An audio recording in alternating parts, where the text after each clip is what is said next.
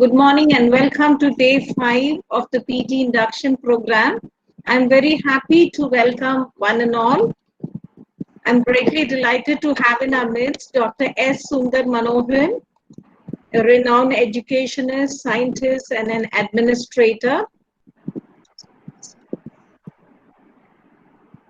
So we are greatly blessed to have Dr. Sundar Manoharan, Director, PDPU. He started his career as assistant professor at the Indian Institute of Technology, Kanpur, in the year 1997. Going through his profile, I'm reminded of what Longfellow once said: the heights which great men reached and kept were not attained by sudden flight, but they, while their companions slept, toiled upward in the night. So we have a great person in our midst indeed, Dr. Sundar Manoharan, who started as assistant professor in the Indian Institute of Technology, Kanpur, in the year 97. In the year 2001, he was promoted as associate professor, and in the year 2005, he was promoted as the professor of IIT Kanpur. Thereafter, he rose to greater heights as the director of UGC National Center for Nanoscience and Nanotechnology of the University of Mumbai from 2011 to 14. Later, he became the Vice Chancellor of Karunya University, Periyar Maniamma University, Satyabama University. He is also a member of the PAC. He is a PAC member of TST, Technology Systems Development. He is also a PAC member of DST Instrumentation Development. He is also a co-founder of the Iron Nano Solutions, IIT Kanpur. He has registered 19 patents. He's made 120 publications. He's been honored with 7 awards. He's also guided 11 PhD students, and he has completed 19 funded projects. For his immense contribution, he was awarded Innovation Gold Medal by the Department of Science and Technology and Lockheed Martin, USA. He is the recipient of Global Indus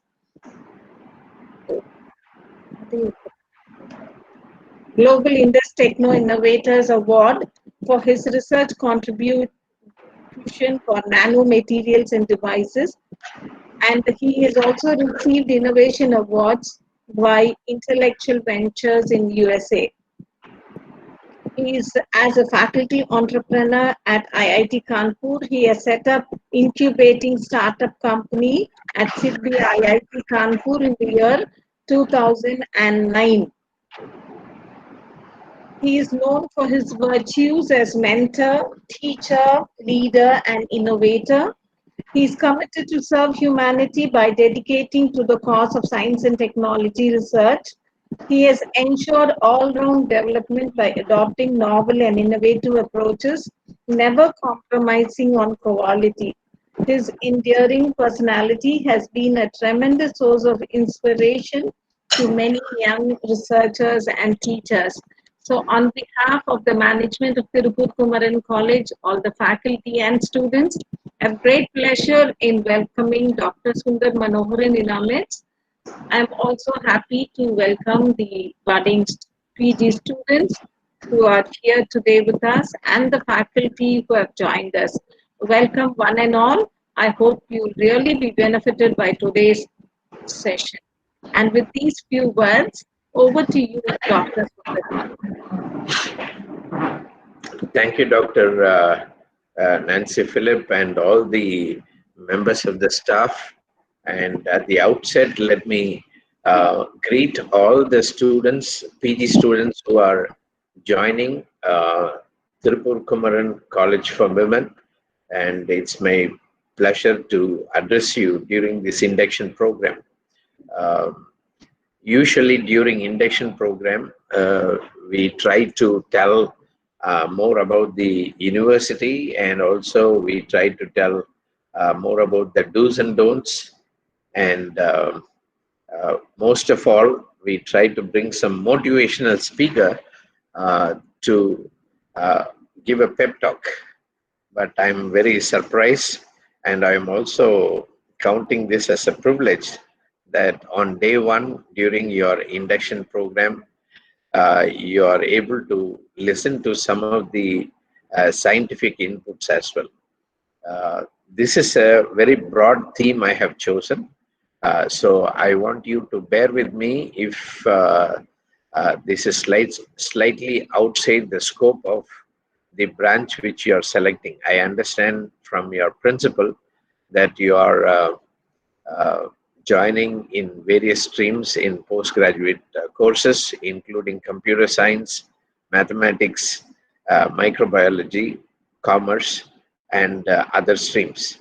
Definitely, I don't have much to do on the commerce side, but I have tried in part to see if I can share some excitements on um, the frontier area of research, especially involving biology, computer science, and mathematics. So I don't want to go too deep, but definitely I will share the core of these three streams, especially in the pandemic.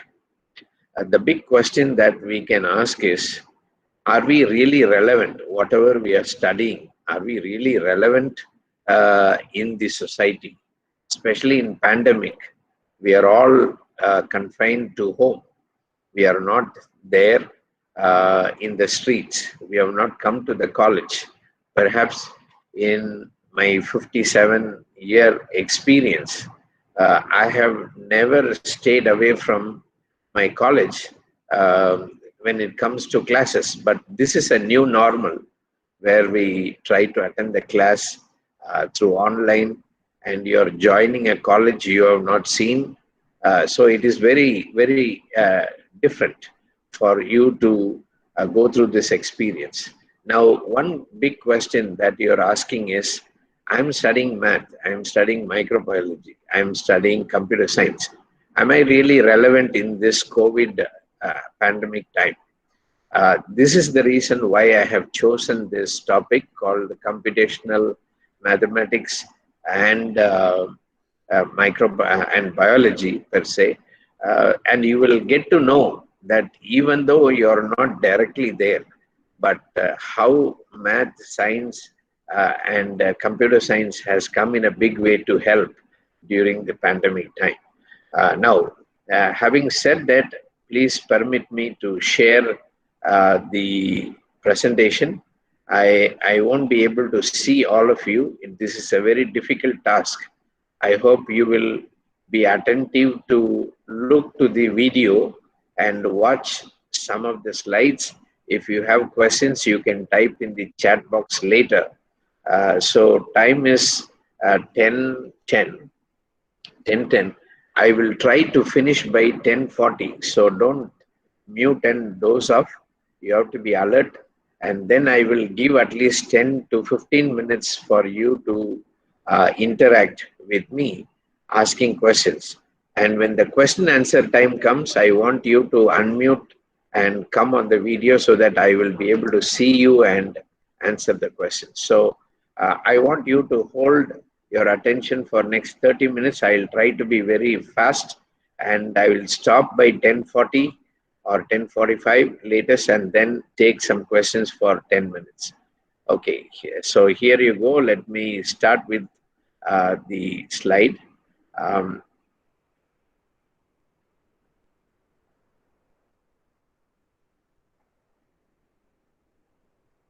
Okay, I'm not able to see.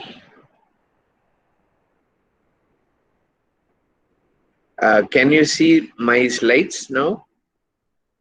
Yes, yes, visible, visible. Okay, fine. So this is the title slide. You are able to see that, right? Yes, Title. yes, yes. Okay. See, one of the greatest challenges during the pandemic has been the big data analytics. So here comes the application of computer science in a very big way. And even today, if you go to WHO website, you will be able to see the dashboard coming. This is one of the view shot I took a couple of months back. This is not updated version, but uh, right from the graphics to the data, you can see the predictive analysis has come as a very big input for combating this pandemic. And the WHO even today is relying mostly on big data analytics. And the sampling that is coming from across the world is being fed into the database of World Health Organization. And thereby, they were able to predict which are the most affected and which are the least affected nations. As you can see here, um, part of the North America, the China, and Europe were completely devastated. Even as India, as a nation, we are also being bruised in a very big way. But nevertheless, we have not been affected so much as the North America and the European countries. Now, this is one of the study that came on the 1st of September, which predicted that India will have 1.2 crore uh, COVID patients by November 1st. We are almost close to this predictive model. This is a predictive modeling done by Professor Sashi Kumar and Professor Deepak. Those of you who are interested in big data, you may like to go through their website to find out. They were able to even predict based on the data metrics how many uh, victims will be there due to pandemic. They predicted sometime around 1.4 lakhs. Thankfully, because of the stringent measure taken by our own selves and also the government, it has not proceeded up to that place. But the numbers are much closer to what what was predicted. This is one of the old slides that I picked up from the WHO, where you talk about the prediction as far as 18th July was concerned. Now, you can see from the data science, the prediction almost show which are the nations where the pandemic is still going up, which are the nations which are coming down. Obviously, you can see here, Peru was coming down and Russia was coming down.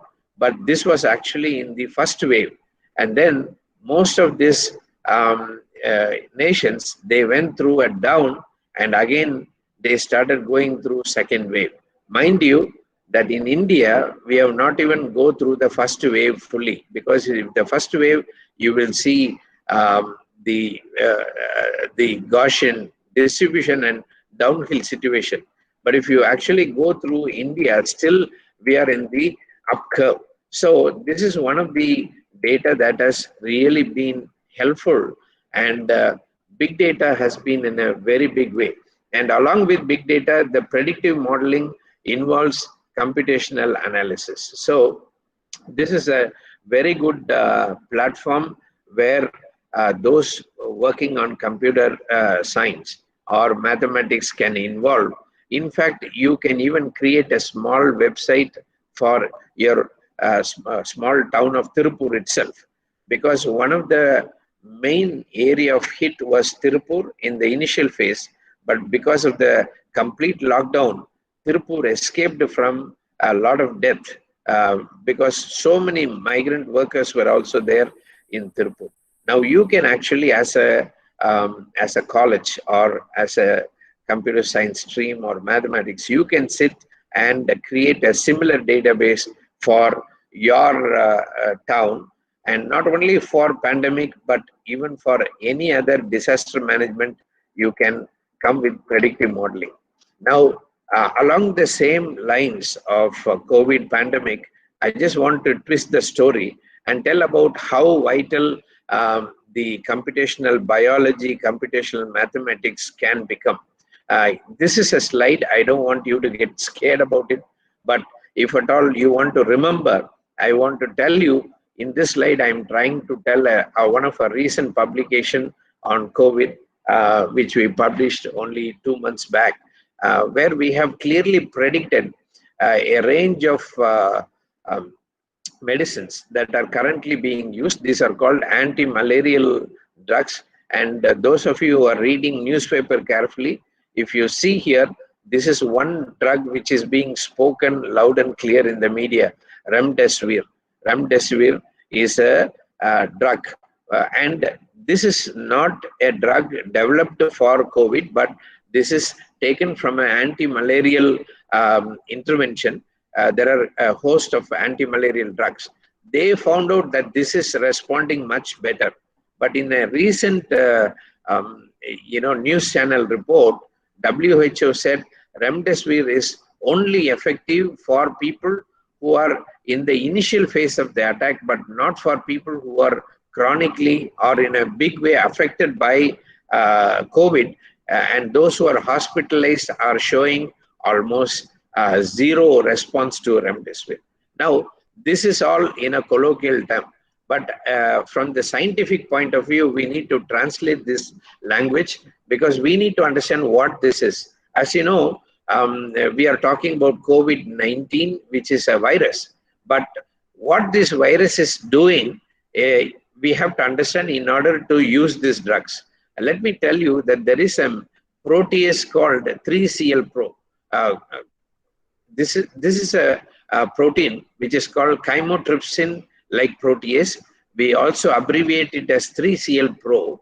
And this particular protein is the one responsible for the multiple replication of COVID. In other words, COVID, when it gets into the pulmonary tract, they go and sit in on these enzymes in the lungs. That is the 3CL-Pro. And the 3CL-Pro actually facilitates the multiplication of COVID.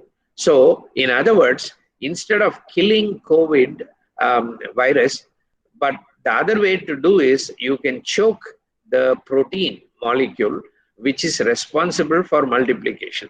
So this is what computationally we can do. I will come back to this slide later, but I will show a much cleaner one. Now, the crystal structure of this protein, if you take from the database, it actually looks like this. It's a coiled structure. So this is a structure of a protein or an enzyme called protease.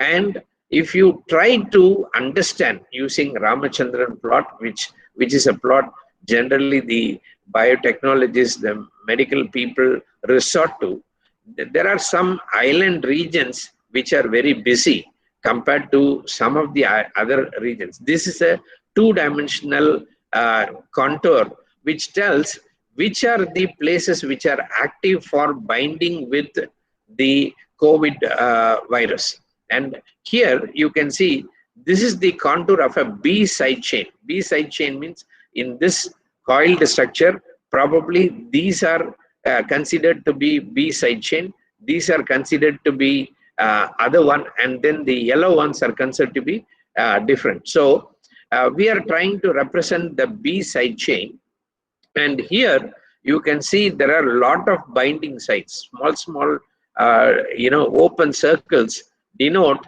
that these are all the binding sites available for COVID to come and multiply on the enzyme. In other words, the enzyme will catalyze the growth of this COVID-19.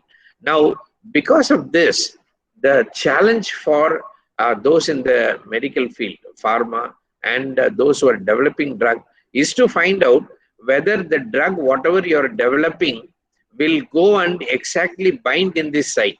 More the binding, less the multiplication of COVID. So for that, you can use docking simulation studies.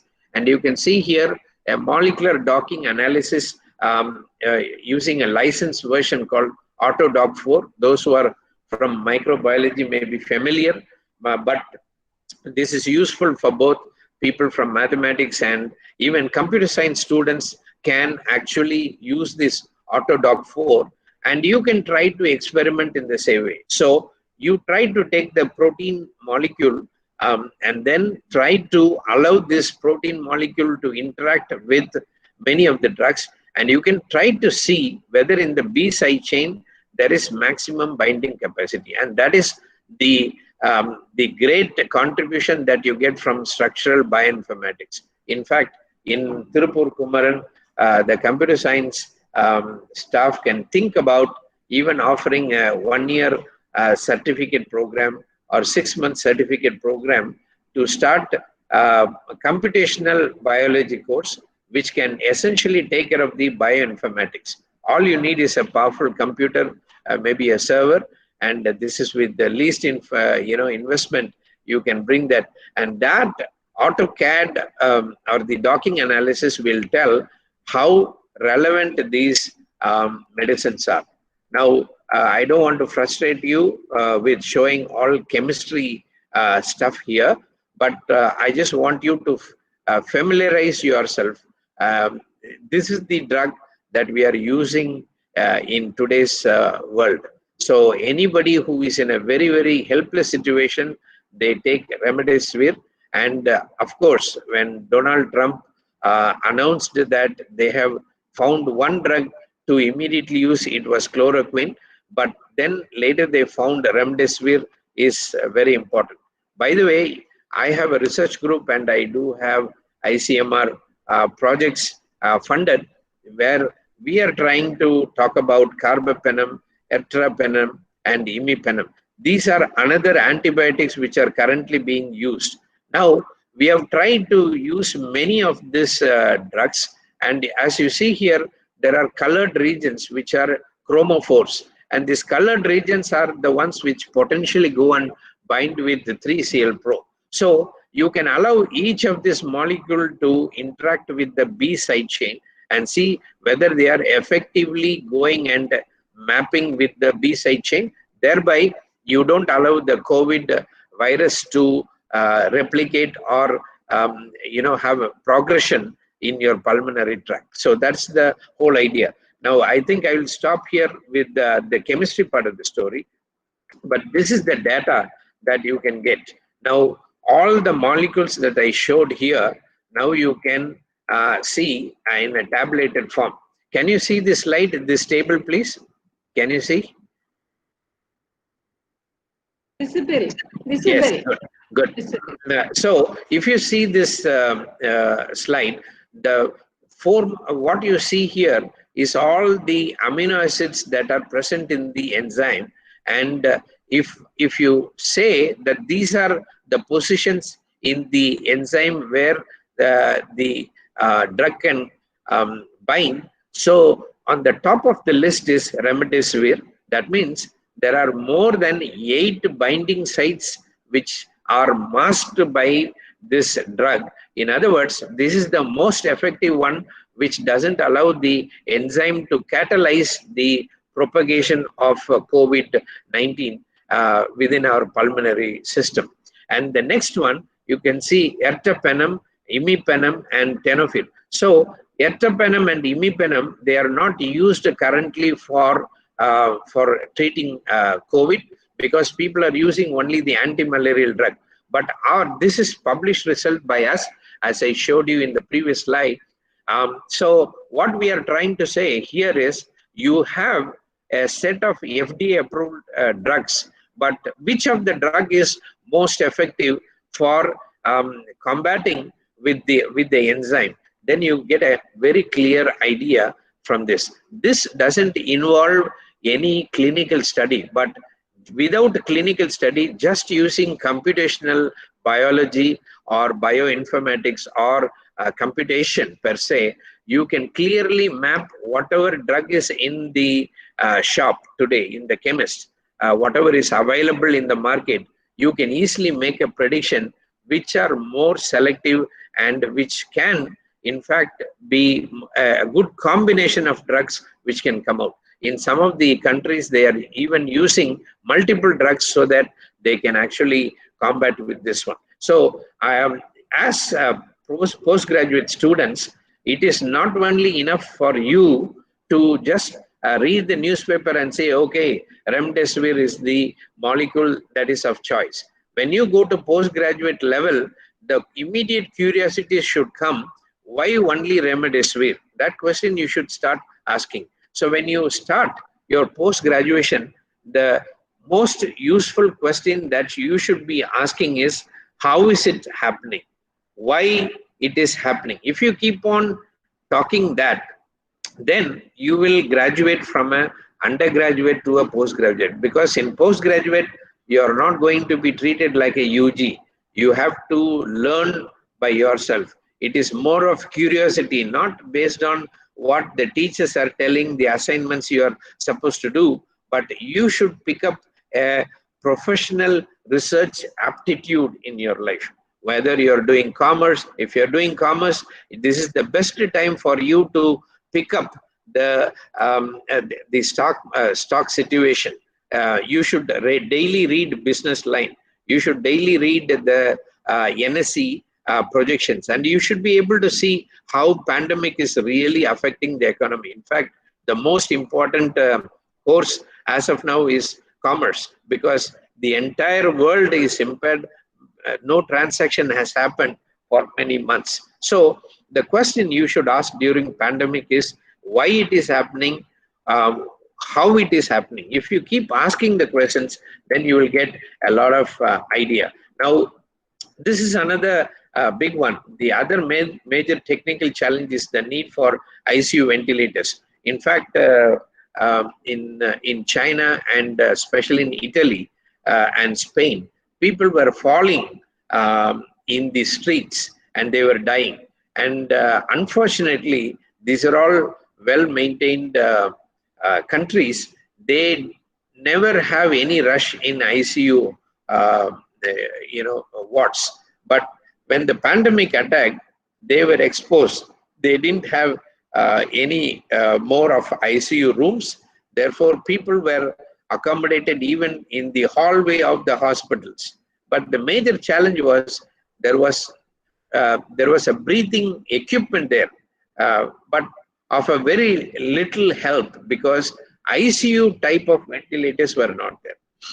But today, I want to tell you that ICU ventilators are the best model or a case study where you have enough of computer science, enough of mathematics, enough of physics in it, and there is very little biology there. So I'm trying to twist the story to tell you it's one thing to maximize on the biology aspect, but at the same time, currently in today's intervention or diagnostics or in treatment for COVID, 90% of the equipments that are used comes from engineering philosophy.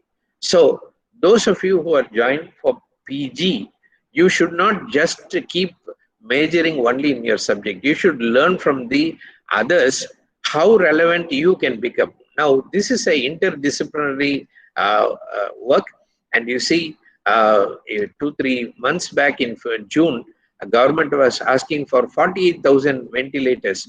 In 70 years, 50,000 with PM cares.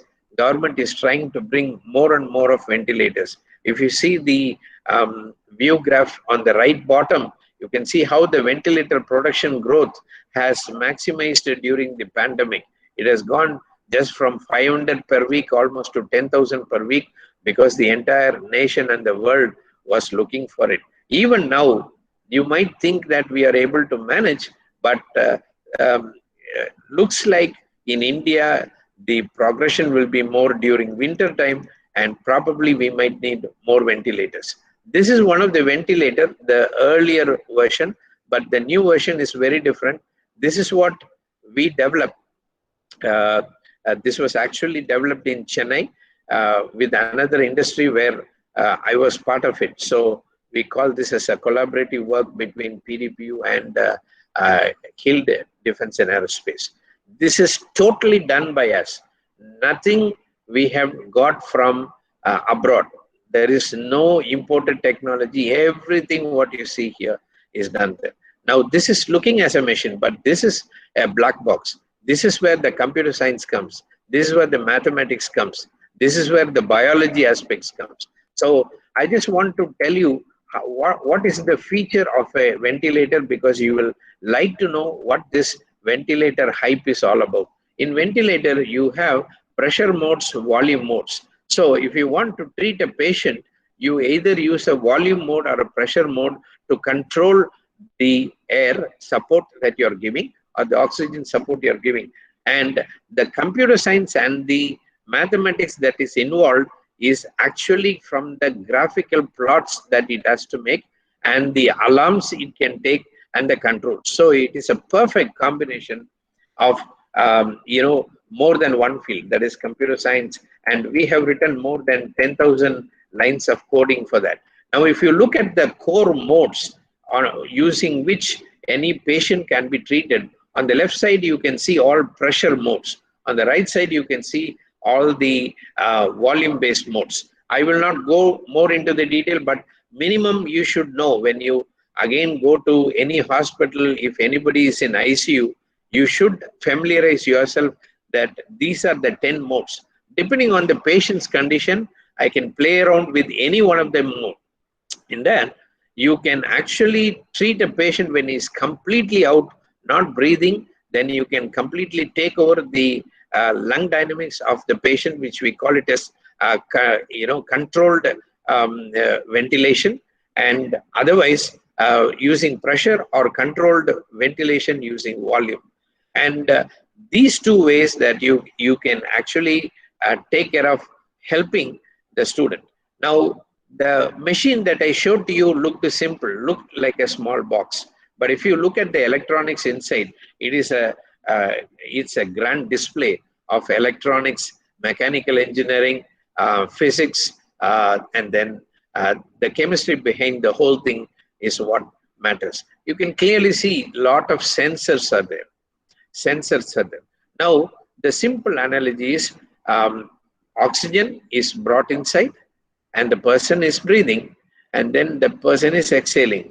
When the person is exhaling, you need to keep monitoring whether the person has taken enough of the air or oxygen and whether the expiration dynamics is indicating whether the patient will survive, whether he will recover, or whether he is still in a vegetated state. So for this, all you're saying is I'm sending some air, I'm sending some oxygen. Now this will be monitored because when I'm supplying air, the patient is happily receiving. But I'm not worried about how much of air went in and how much of air went out. But I want to know whether the patient is cooperating with the inhalation and with the exhalation. So that is where the pressure sensors, flow sensors play a very important role. And mind you, the entire thing was done by a group of scientists who are only 6 people were involved in designing this. We wrote the computer program. We assembled all these gadgets and finally it came out as a product. Now, that is the electronic complication that is hidden inside this. But when you talk about the mathematics of it, or what are all the parameters that we need to understand, you can see in the 10 modes that I listed out, in each mode there are some critical stuff. This is called positive inspiratory pressure, PIP, and this is called positive expiratory pressure. This is so a person inhales, a person exhales.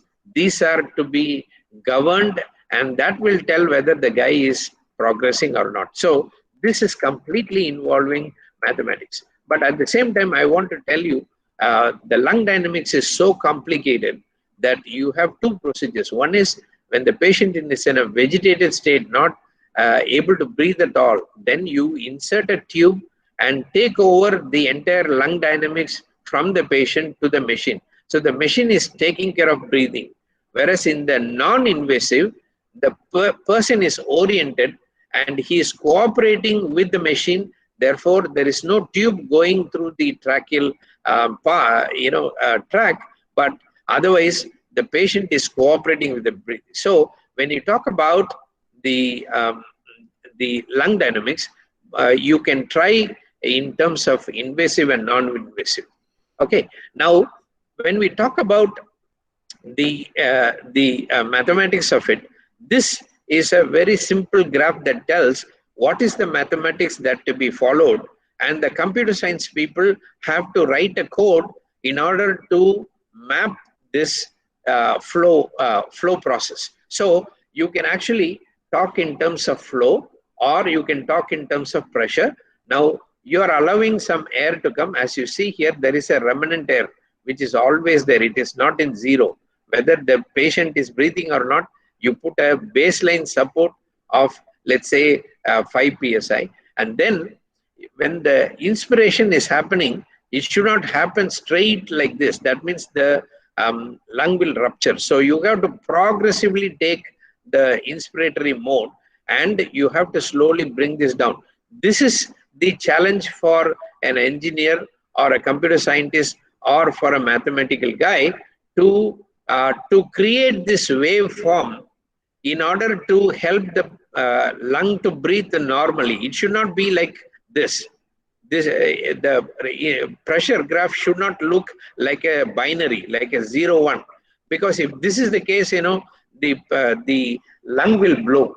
Therefore, you have to create a waveform which will be gradual but maximize, and then let the expiration come abruptly so that it can go.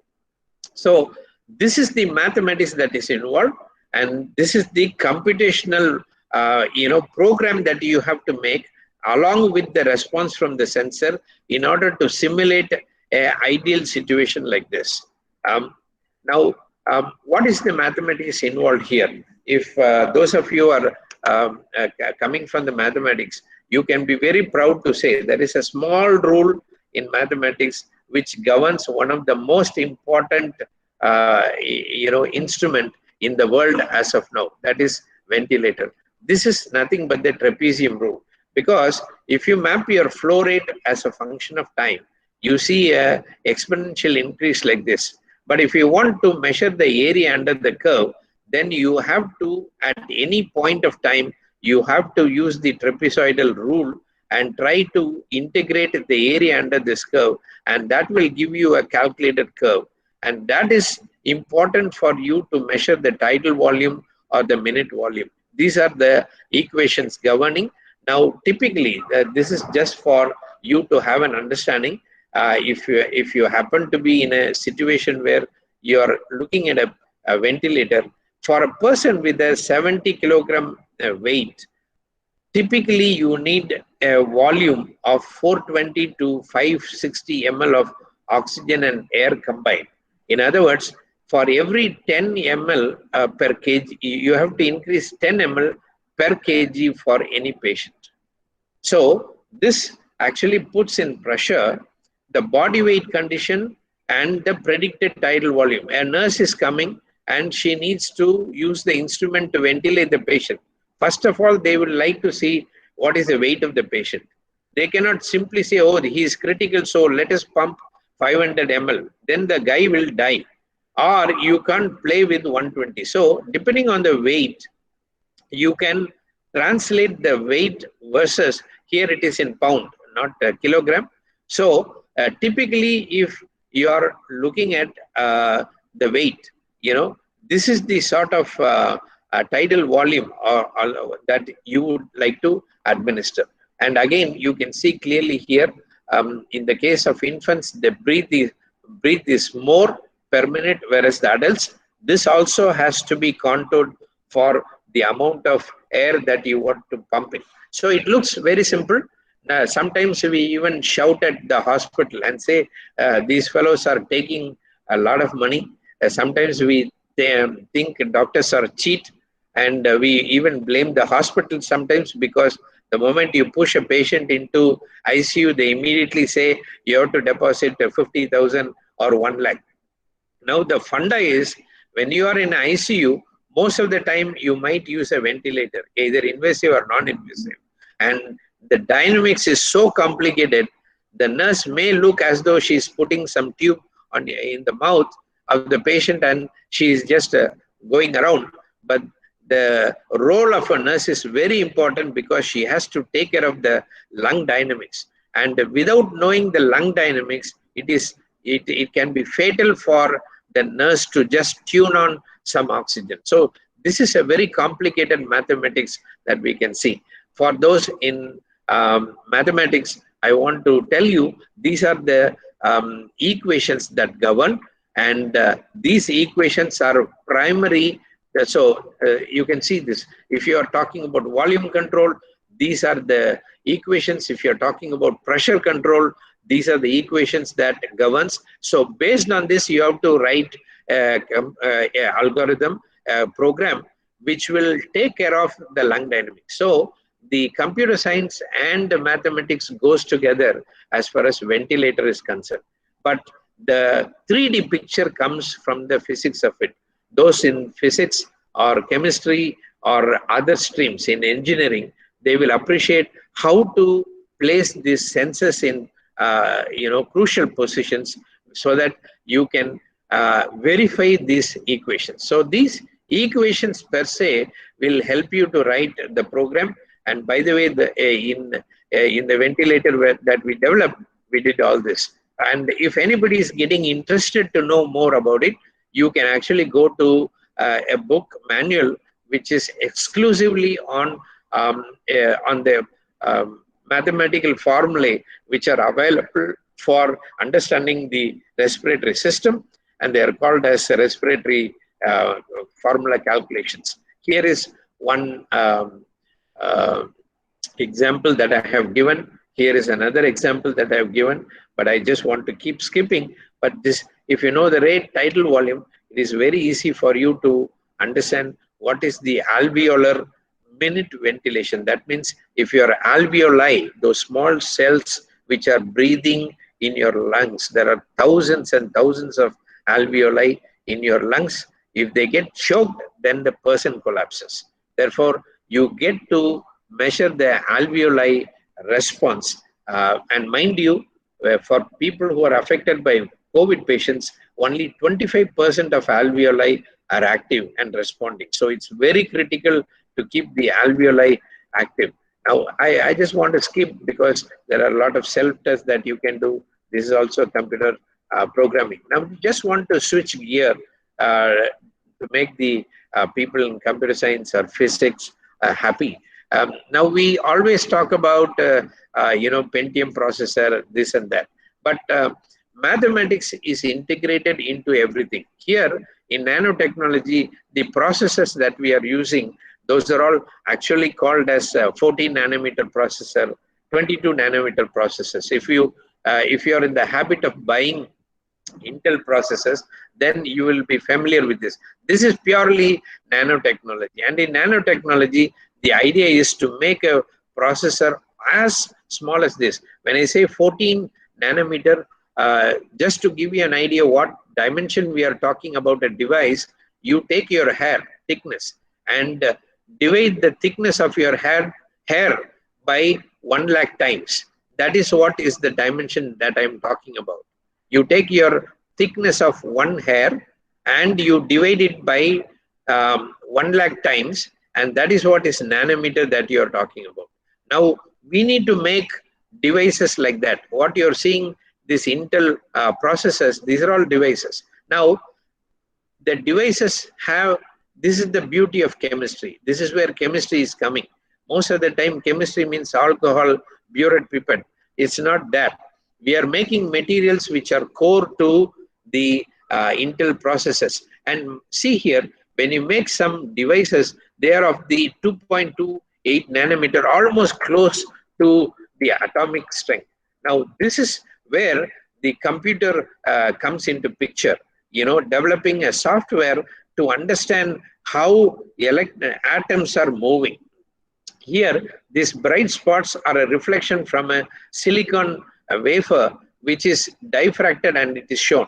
Now, what I'm trying to say here is, if you want to make nanometer sized alloys or any sort of material, today we resort to high level mathematical computing and also computer science to have powerful softwares where you can literally map the dancing of atoms in atomic scale.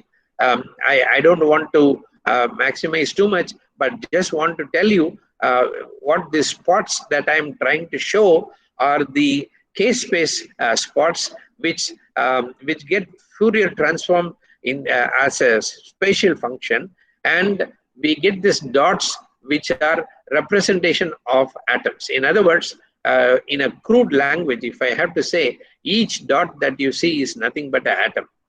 By the way, you cannot see an atom, but in K space, you can try to make this atom be seen as a diffracted spot, and that's why nanotechnology is very powerful. For example, when I'm trying to grow an iron layer in atomic line, depending on the intensity of these spots, I can try to see whether I'm able to grow a nanometric level of these alloys, which are very, very important in the magnetic storage or computer storage. And that's the research what we do. So in other words, what I'm trying to tell you in a very colloquial language is, you can see atoms. You can see how atoms are getting decorated into a 3D picture. All this is possible because of powerful computing that we have developed, and also the mathematics involved. Here is another thing. This is not column.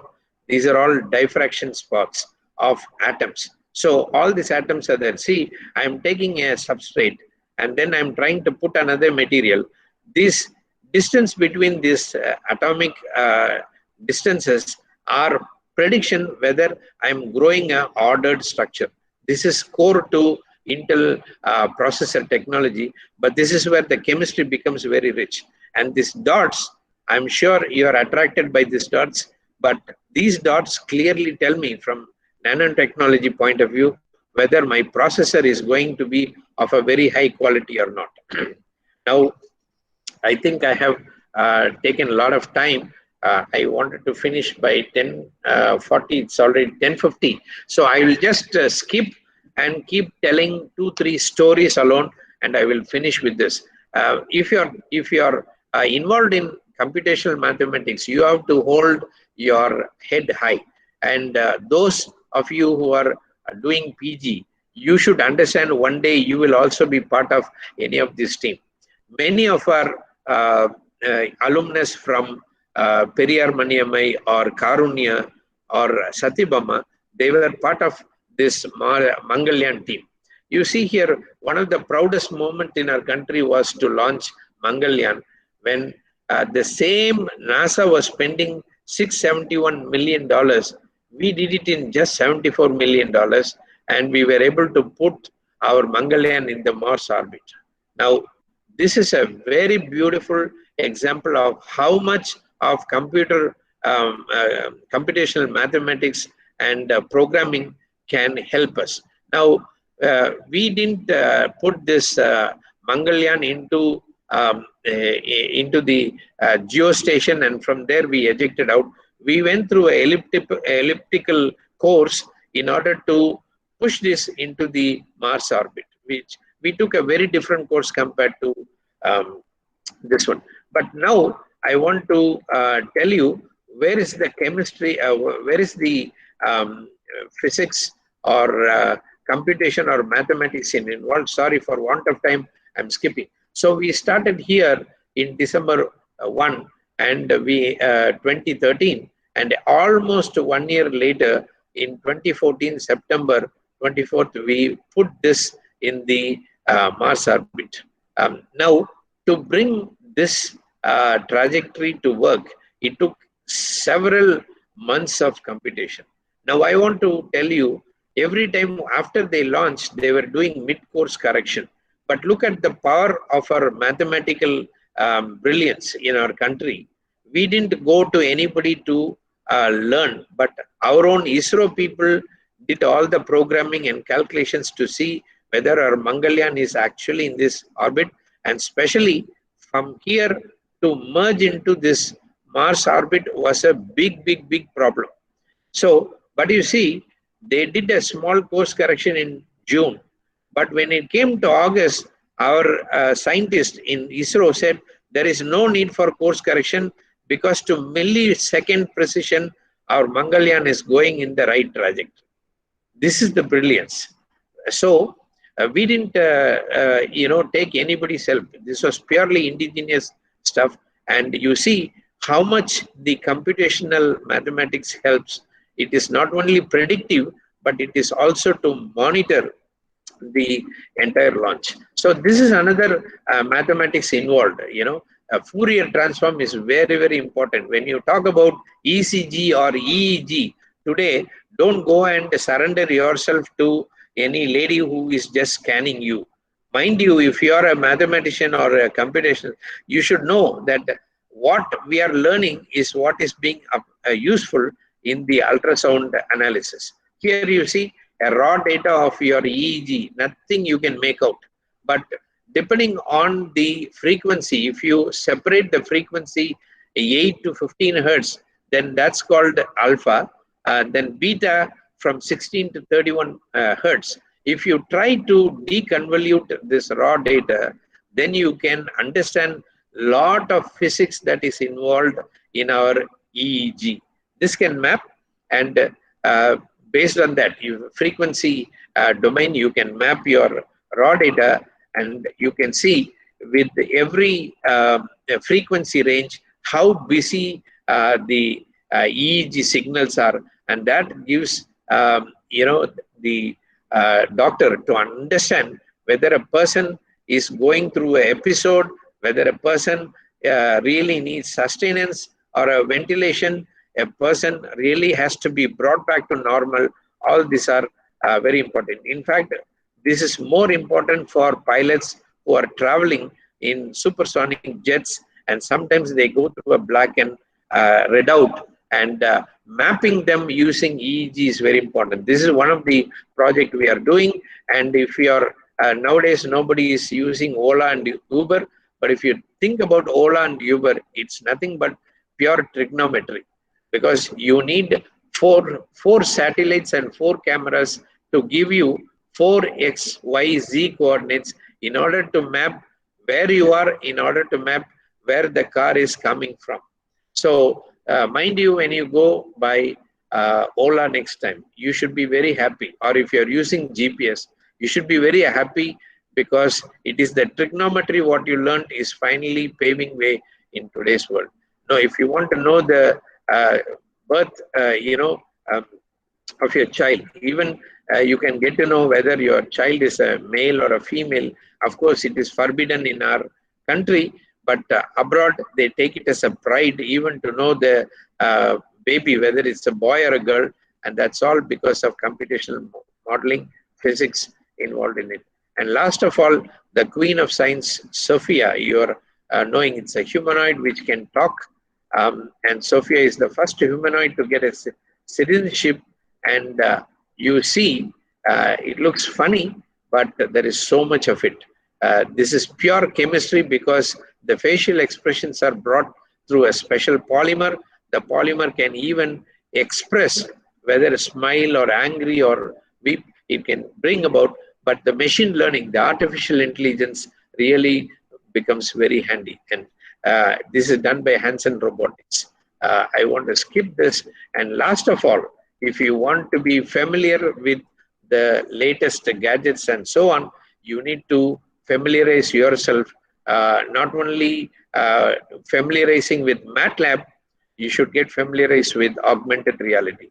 I don't have much time, but virtual reality is where something like this in a 3D theater and watch the fun, but augmented is you can bring a reality in your mobile, but mixed reality is actually bringing a machine itself in the midst of a classroom. That is qualitatively I'm saying. I think for want of time, I'm going to do, but in Tirupur Kumaran, you can also invest so that you can create live models even before you create it in 3D, you can understand this. So these are all the power of computing and mathematical modeling that is going on.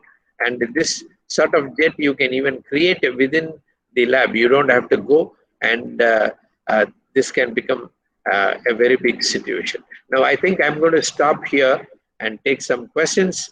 I don't mind taking many questions. So you let me know if I can do that. I think I have minimized it. Can I see some of your faces now? I can take some questions. Girls, you can switch on your video. Some of you can switch on your video and ask questions. Unmute yourself.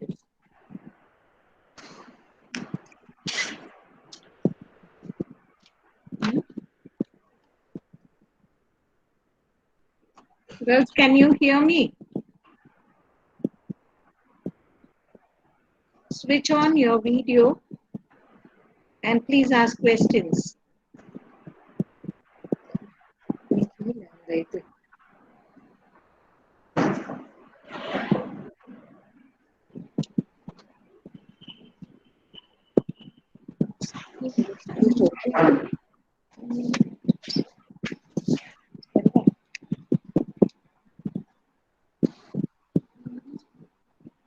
Yes, near the project. 9 days from now. It's a wonderful session, sir. It was very informative. How to collect the data for the analysis, sir? From the hospital COVID. about the COVID or some sickness we are taking means primary Yes. data or which data we should collect? No, primary data actually in the first place for any of this modeling, you can actually start experimenting just with Microsoft Excel. Okay, sir. Okay. Yes, Excel is the best bet for you to do that now. In fact, in the outcome-based learning also nowadays, we are using Excel as the primary data. That is more than enough. But when you talk about a bigger sample size, you may have to resort to other approach. Thank you, sir.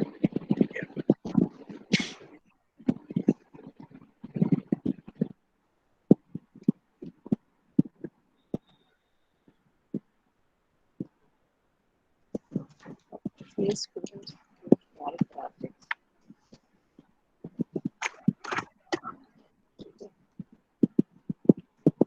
Sir, good morning, sir.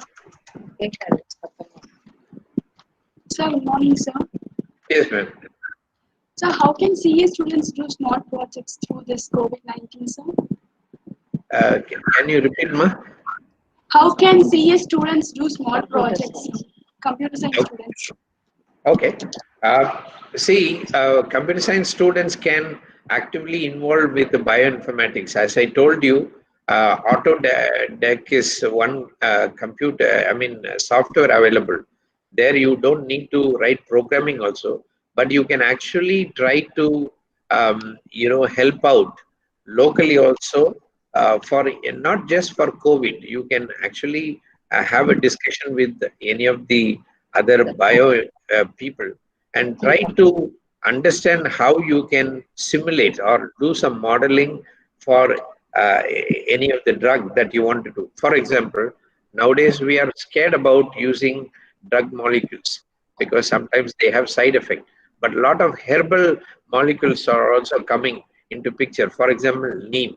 There are a lot of ingredients in neem. You can try to run some program, a small one, try to understand whether it makes sense. If that is the case, you can interact with a physician, try to see whether whatever prediction that you're giving can be extrapolated for a clinical analysis. So one thing is, in fact, in Infosys, when they are recruiting people, they are, most of the bioinformatics and biotechnology people are being recruited more than the computer science itself, because they want people with a computational background but knowing more of biology to do this sort of predictive analysis or diagnostic analysis. So you can actually start with known softwares, but as I told you about this ventilator, you can also join with other groups and try to write. If you know the formulae, then you will be in a position to write the program in order to verify the formulae. So that is where it is. And in fact, in the ventilator, what we made, we wrote more than 10,000 lines. So you can contribute even in instrumentation, developing smaller gadgets.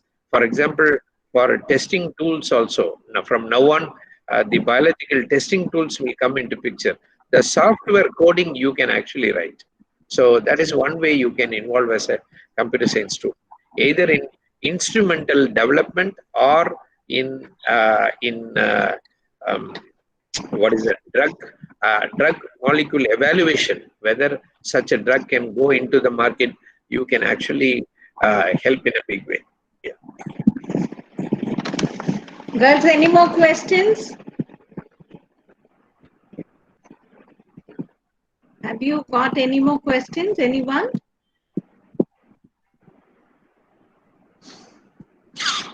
Otherwise, we'll close. Faculty members are there. Yeah, they are there. Yeah.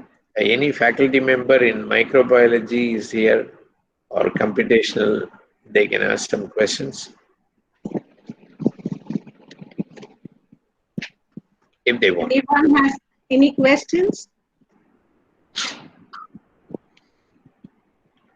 My suggestion, as they are preparing to ask a question or so, my suggestion is try to collaborate with bigger hospitals. KPMG or what is that near the airport, Coimbatore? You have one, KPCH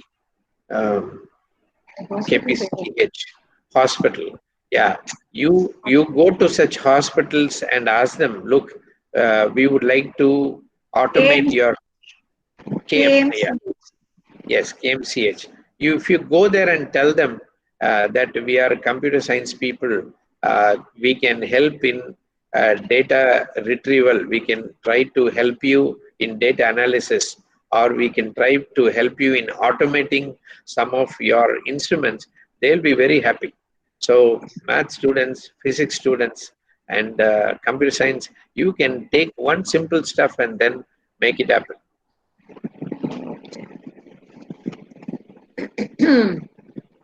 And sign a MOU with them and tell them you are a women's college, and they will even try to fund you with their CSR. They can buy a good server for you, and you can dedicate that server for doing any predictive modeling for that particular hospital confidentially, so that because they are getting so much of clinical data and they don't have anyone to sit and consume the data and see what they can learn out of it. So big data, data science, all comes into picture. So thank you so much. And we are really very grateful to Dr. Sundar Manoharan for having spared his precious time to be with us this morning. As he is very, very busy in arranging his convocation function where the Prime Minister himself is the guest. So he's very busy, and amidst all his busy schedule, I'm very happy that you agreed to share your knowledge with us. It was really a manifestation of your research brain.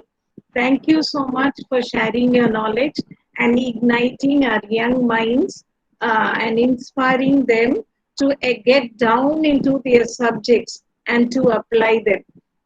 So when you are on the beach, you can only find small shells, but when you go deep down into the oceans, you find pearls. So similarly, I'm very happy that you ignited our young minds with your research knowledge. I'm sure we'll really take it up from you, and we assure you that we will also go about doing small projects. We'll start with small projects. So on behalf of the management of Tirupur Kumaran College, the faculty and the students, I extend my heartfelt gratitude to Dr. Sundar Manoharan for having been the resource person for this induction session. Thank you so much. Thank you, Dr. Nancy Philip, and special thanks to the entire team for having me there.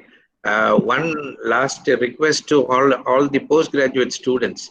You should work from now on, give GATE exam, and you should qualify GATE and try to get into all the premier institutes for your PhD. IITs, those who are doing mathematics, those who are doing computer science, you all should aim to qualify for GATE, and you should not stop here. I'm sure there will be family pressures for you to take up a job or marriage, but if you qualify, then today you have so many schemes and scholarships for women. You will be easily absorbed for PhD. So I wish all of you on day one, you have to think about getting into IIT or IISc, or minimum to other premium institutes for your PhD within Coimbatore.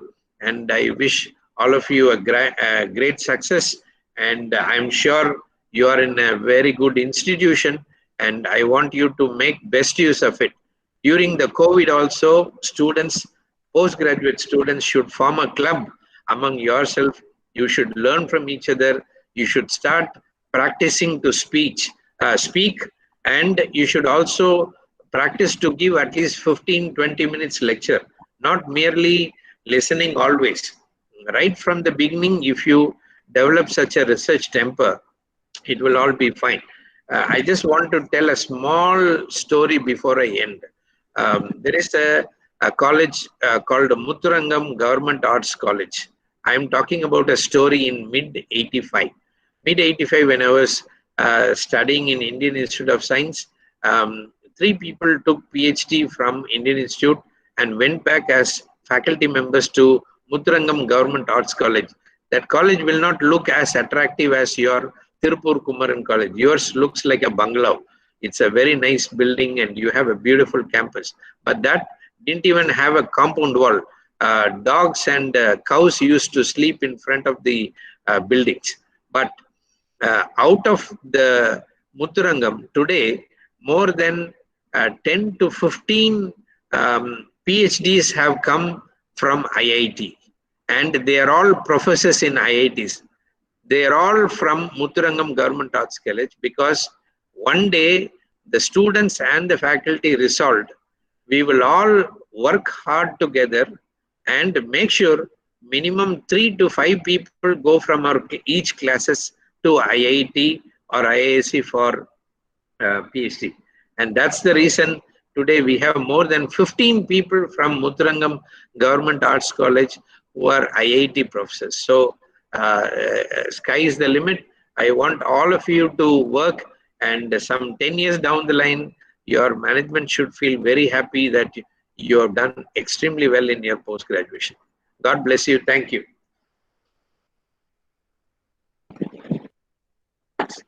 Thank you.